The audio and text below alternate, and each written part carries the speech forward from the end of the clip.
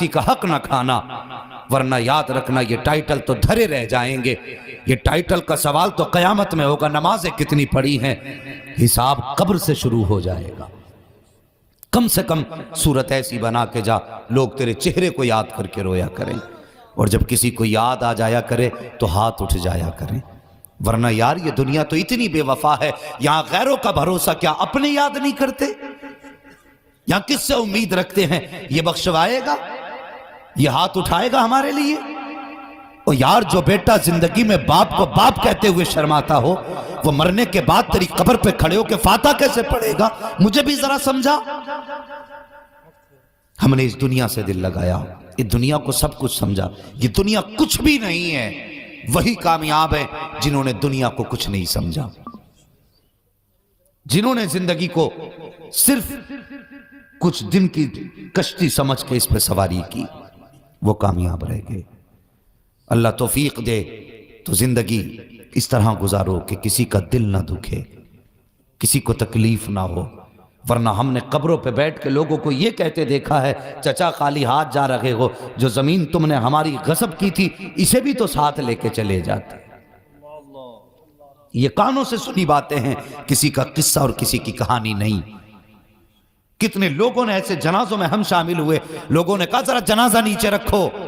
کسی نے کہا بات کیا؟ کہا رکھ تو جنازہ، مجھے چہرہ دیکھنا ہے اور ایک بات کرنی ہے ان سے۔ جب لوگوں نے جنازہ نیچے رکھا نا، آنے والے کی آنکھ میں آنسو تھے، اس نے کہا تھا جانے والے تو چل دیا، بتا میرے بچے کس کے دروازے پہ اپنی زندگی گزاریں گے؟ میری زمین جو تو نے ناجائز قبضہ کی تھی، اس زمین کو لے کے جا رہا ہے کہ چھوڑ کے جا رہا ہے؟ مجھے بتا تو صحیح، اگر قبر میں جاتے جاتے یہ تانے مل گئے تو تجھ سے کس نے کہہ دیا تیری جنت کی کھڑکی کھلی ہوگی؟ مجھے بھی بتا تو صحیح، وہ کون سا معمہ ہے جو اتنی آسانی سے تجھے جنت کا ٹکٹ دے دے گا؟ وہ کون سا راستہ ہے جو اتنی آسانی سے تیرے لیے جنت کے راستے ہموار کر دے گا؟ او خدا کے واسطے کسی کا دل دکھا کے نہ جا، کسی کا حق کھا کے نہ جا، اگر زندگی گزارنی ہے تو اس شان سے گزار کہ جنازہ تیرا اٹھے، یتیم رونے لگے کہ یا اللہ جب تک یہ زندہ رہا میرا سہارا بن کے رہا، یہ قبر میں جا رہا ہے، اسے اپنی رحمت کا سہارا عطا فرما دے۔ نعرہ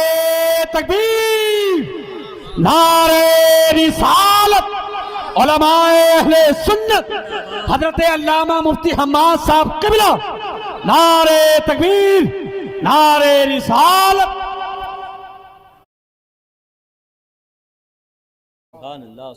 ہاں بھائی، آج کس نے جنازے اٹھتے ہیں، یہ مزاج ہو گیا ہمارا۔ ارباب ممبر کی توجہ چاہیے، اگر بات غلط ہو ممبر سے اتار دینا، چاہے میرے گھر کا جنازہ کیوں نہ ہو۔ روح نکلنے کے بعد میں کہتا ہوں کوئی بندہ ایک ایسا آئے جو یہ مجھ سے کہہ دے تیرا باپ جنتی تھا، اور میں پوچھوں کیوں؟ کہ اس نے یہ نیک کام کیا تھا۔ ہم مرنے کے بعد تو فکر کرتے ہیں کوئی جنت کی بشارت دے،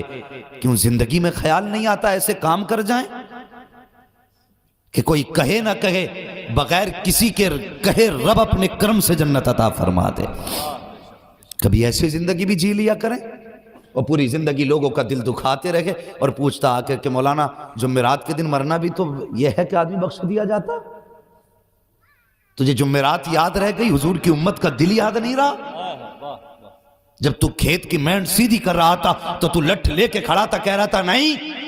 یہاں سے سیدھی کروں گا، جس کی ماں نے دودھ پلایا روک کے دکھائے۔ تجھے اس وقت جنت یاد نہیں آئی؟ اور جب تیرے مکان سے کسی کے گھر کا سورج چھپ رہا تھا تب تجھے خیال نہیں آیا؟ کسی نے کہا تھا کتنے کم ظرف ہیں یہ اونچے مکانوں والے، ہم غریبوں کا تو سورج بھی چھپا لیتے ہیں، اور کم سے کم اتنا بھی خیال کیا کر کہیں تیرے گھر کی اونچائی سے کسی غریب کا سورج نہ چھپ جائے۔ یہ بھی تو حق ہے نا کسی کا۔ ہمیں یہ اس وقت خیال کیوں نہیں آتا جب ہم بلڈنگیں اونچی کرتے، مرنے کے بعد کہ کوئی ایسی بشارت دے جائے کہ تیرے باپ کو میں نے جنت میں دیکھا ہے۔ او بھائی،